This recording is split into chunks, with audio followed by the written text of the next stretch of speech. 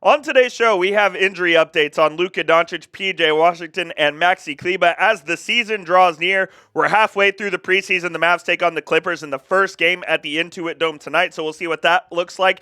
And we are 10 days away from regular season basketball beginning. If you're ready to watch the Mavs in regular season action, go ahead and hit that thumbs up icon for me. We need to get to 200 likes on today's show. We're going to be doing some watch parties here for the final preseason game and for the regular season opener. So hit that thumbs up icon, hit the sub button, and without further ado, let's jump right in.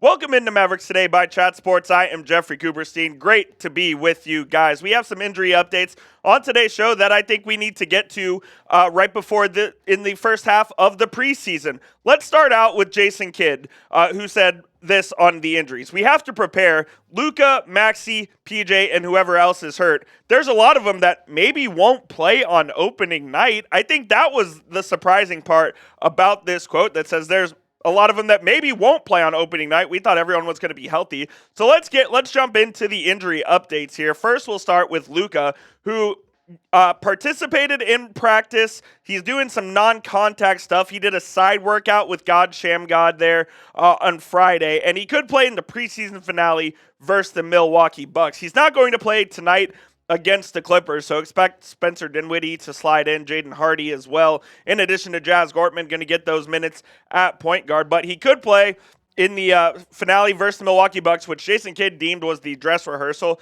That's where everyone's going to get as close to possible as their regular season minutes. You'll see Klay Thompson, Kyrie. We'll talk about PJ Washington here in a second, but you'll see the starting five play into the third, maybe even into the fourth in that game. So you'd like to see Luka get at least one preseason game under his belt before the Mavs start legitimate action here on next Thursday against Victor Wembanyama and the Spurs. Speaking of PJ Washington, he participated in 3-on-3 in Friday's practice. Not going to play tonight, it sounds like. Now that could change, and if it does, I'll update you guys on Twitter, so go ahead and give me a follow over there. But it sounds like he's going to be fine for the regular season. He's been dealing with a little bit of hip tightness, which is strange. He didn't participate in the fan jam. Must have happened somewhere in training camp in Las Vegas in the first few practices of the season.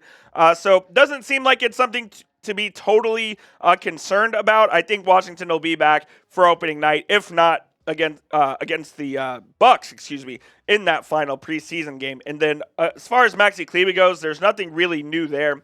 He's going to miss some time with this ankle sprain. He's not practicing as of yet. I don't expect him to be ready for that season opener against the Spurs. And look, we know that Maxi is not a fan favorite amongst the Dallas Mavericks fan base right now, but I think he is a valuable part of this team given his versatility, especially on the defensive end where he can guard the bigger threes, he can guard 4s and 5s, and he's a switchable defender.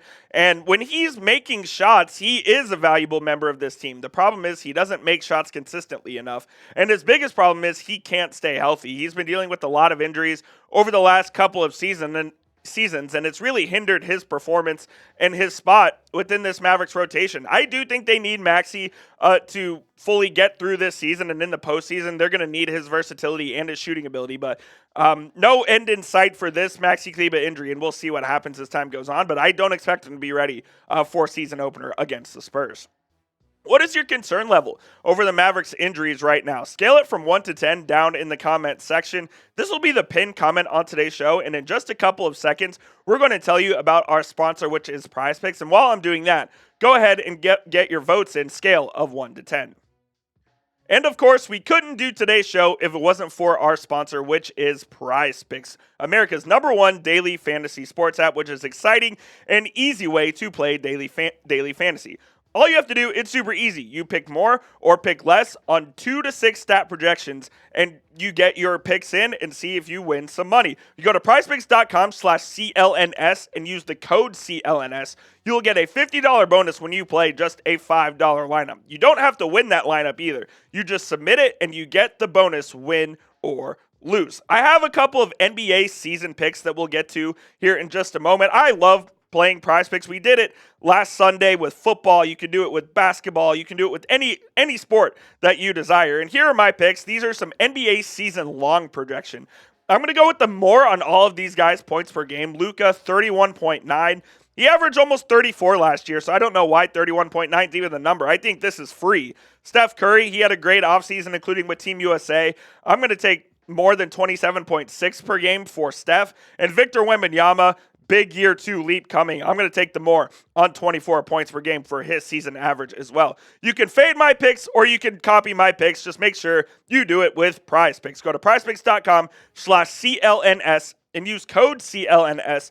That link will be in the comments and the description of today's show. It is Prize Picks. Run your game. And of course, we will be live doing watch parties for these 2 games. These are not the only 2 games we're doing watch parties for, but these are confirmed. We will be live this coming Thursday, for the preseason finale against the Milwaukee Bucks. And then the following Thursday against the San Antonio Spurs, the season opener. It's Victor Wembanyama coming to town. It's national TV. It's a big-time performance. I can't wait to see this team in action, and we are so close to just getting this thing underway. The Mavs, obviously the Western Conference champion, trying to defend their crown. And let's just give you guys a quick reminder on what the schedule is going to look like. I think the Mavs have a pretty interesting just slate of games here to start. So in the first 5 games, we'll just jump right in here. They obviously have the Spurs at home, followed by the Suns, who I think could be an interesting team in the West this year. We'll see how healthy KD and Bradley Beal get, Booker as well. I like the Jones addition for them, and I like the Nurkic addition as well. They traded out DeAndre Ayton, which I think is addition by subtraction. Then you have the Utah Jazz. They're an intriguing young team. Larry Markkinen signed an extension there this offseason. I don't think they're quite a playoff team, but they're interesting.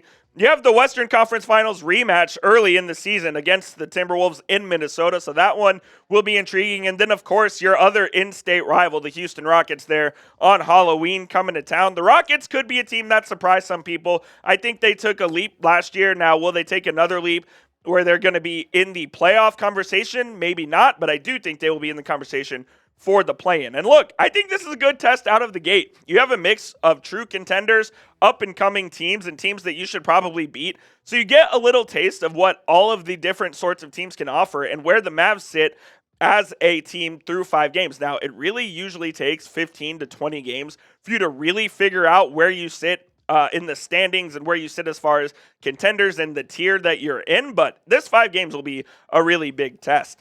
We take a look at the NBA Cup schedule. This is the Mavericks group, which is an interesting one. You start out on November 12th at Golden State. That will be Klay Thompson's return. That game will be nationally televised. There will be a whole bunch of hoopla surrounding that. You have the Pelicans the following week on the 19th at home, followed by the Nuggets on the road and the Memphis Grizzlies at home. There are some NBA Cup groups that aren't nearly as competitive as this one. There's not a bad team in this group, especially if the Grizzlies with Ja Morant take a step back into the Western Conference limelight. It could be interesting, man. The Mavs were basically out of the NBA Cup after 2 games last year. I'd like to see them make a run in it. Look, I wasn't a huge fan of the Cup thing to begin with last year, but as it went on, I thought it was pretty cool and it added some juice to those games. So this will be an interesting stretch, and we'll see if the Mavs can make a little run and maybe end up in Vegas for an NBA Cup final.